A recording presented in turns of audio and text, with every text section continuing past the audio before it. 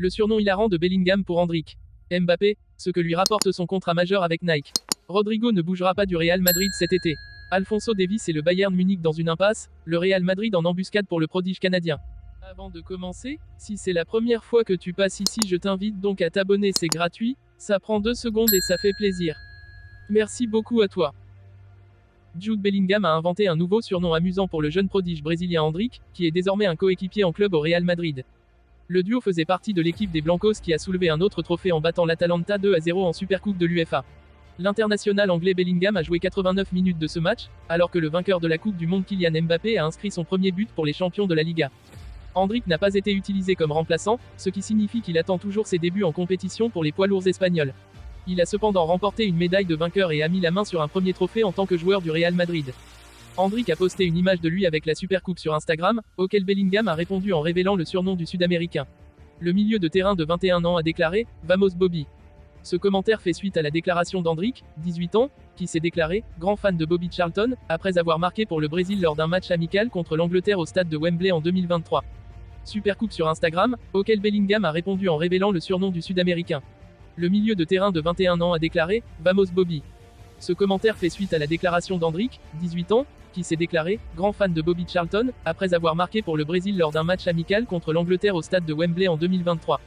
Il reste à voir si le nouveau surnom d'Endrick perdurera et si d'autres coéquipiers le reprendront, l'adolescent étant censé avoir un impact considérable à Santiago Bernabéu cette saison aux côtés de Bellingham, Mbappé et compagnie, un prêt pour le jeune étant exclu. Kylian Mbappé est lié par un contrat long à son équipementier Nike. C'est un départ qui résonne aussi chez Nike que celui de Kylian Mbappé au Real Madrid. Car la marque à la virgule, tant que le natif de Bondy portait le maillot parisien, jouait sur 2 tableaux entre le collectif et l'individuel étant tout à la fois le partenaire technique du PSG et de l'attaquant capitaine des Bleus. Mbappé a quitté le PSG associé à Nike pour le Real soutenu par Adidas. Or le Real Madrid, sa nouvelle écurie, est un club historiquement associé à la marque rivale Nike.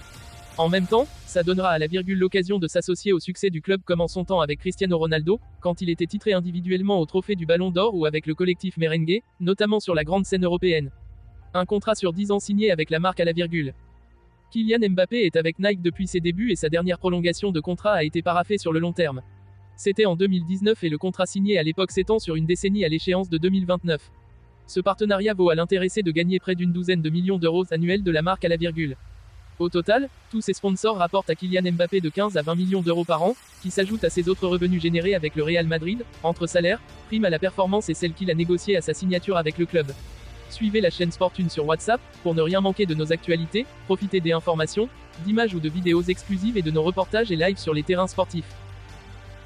L'entourage du joueur a contacté la Cadena Ser pour clarifier les intentions de Rodrigo Góes. Le Real Madrid a lancé sa saison ce mercredi par un titre en battant l'Atalanta 2-0 en Supercoupe d'Europe grâce à des buts de Fede Valverde et de Kylian Mbappé. Le Français était dans le match de départ aux côtés de Vinicius et Rodrigo, qui l'ont escorté sur les différentes ailes de l'attaque du Real Madrid. À 15 jours de la fin du mercato, Ancelotti semble déjà tenir son 11 de départ pour les premiers matchs de la saison. Et c'est surtout vers l'attaque que les regards sont tournés, puisqu'avec l'arrivée de Mbappé, on se demandait si l'entraîneur allait conserver son 4-4 de losange de la saison passée. Il semblerait plutôt que pour le moment, l'Italien préfère opter pour une ligne d'attaque composée de Vinicius sur l'aile gauche, Mbappé dans l'axe et Rodrigo sur l'aile droite. Rodrigo, dont le nom est souvent revenu ces dernières semaines dans l'actualité du mercato, avec Manchester City qui est très intéressé par son profil. Mais cette titularisation face à l'Atlanta a quelque peu éteint l'incendie. D'ailleurs, l'entourage du joueur a échangé avec la Cadena Ser, pour confirmer qu'aucun départ n'était envisagé malgré les rumeurs. Il ne veut pas partir. Il veut gagner avec le Real Madrid, il ne veut aller dans aucun autre club. Ni à Manchester City, ni dans aucun autre club, ont-ils expliqué à la Ser. Le journaliste Ignacio Marcano, celui qui a échangé avec les proches de l'attaquant, précise, il ne veut pas partir et c'est normal. Qui quitterait ce navire qui gagnait déjà sans Mbappé et qui a maintenant le français? Nous avons parlé avec l'entourage du joueur et à tout moment ils nous ont fait comprendre que son désir est ce que je vous ai déjà dit et que je répète maintenant, restez, profitez et gagnez au Real Madrid, pas dans un autre club. Le débat est donc clos. Du moins, pour le moment, car le temps de jeu qui sera accordé par Ancelotti à Rodrigo Góes cette saison sera un facteur déterminant, et les moindres mises au banc pourraient à nouveau le faire réfléchir. Alphonso Davies, reconnu comme l'un des meilleurs latéraux gauche au monde, se retrouve au centre d'une saga de transferts captivants, mettant en alerte les supporters du Bayern Munich et du Real Madrid. Avec un contrat qui expire dans un an, la star canadienne est désormais dans une situation délicate, son avenir au Bayern étant de plus en plus incertain. Des négociations contractuelles au point mort. Le Bayern Munich, pleinement conscient de l'importance de Davies pour l'équipe, a engagé des discussions pour prolonger son contrat. Cependant, ces négociations sont actuellement bloquées en raison des demandes salariales du joueur. Davis, conscient de sa valeur sur la scène internationale, exige un salaire bien supérieur à ce que le Bayern est disposé à offrir. Le club bavarois, fidèle à sa politique stricte en matière de salaire, refuse de céder à ses exigences, plongeant les discussions dans une impasse. Un départ gratuit à l'horizon. Dans ce contexte, Davis a laissé entendre qu'il pourrait quitter le Bayern gratuitement l'été prochain si ses exigences ne sont pas satisfaites. Une perspective qui inquiète fortement les dirigeants du club allemand, qui risquent de perdre l'un de leurs talents les plus précieux sans aucune compensation financière, ce qui représenterait un coup dur aussi bien sur le plan sportif que financier. Le Bayern contraint de vendre, mais à quel prix ? Plutôt que de risquer un départ sans compensation, le Bayern envisage désormais de vendre Davis dès cet été pour une somme comprise entre 50 et 60 millions d'euros. Cependant, aucun club ne semble prêt à débourser un tel montant pour un joueur qui pourrait être libre dans un an.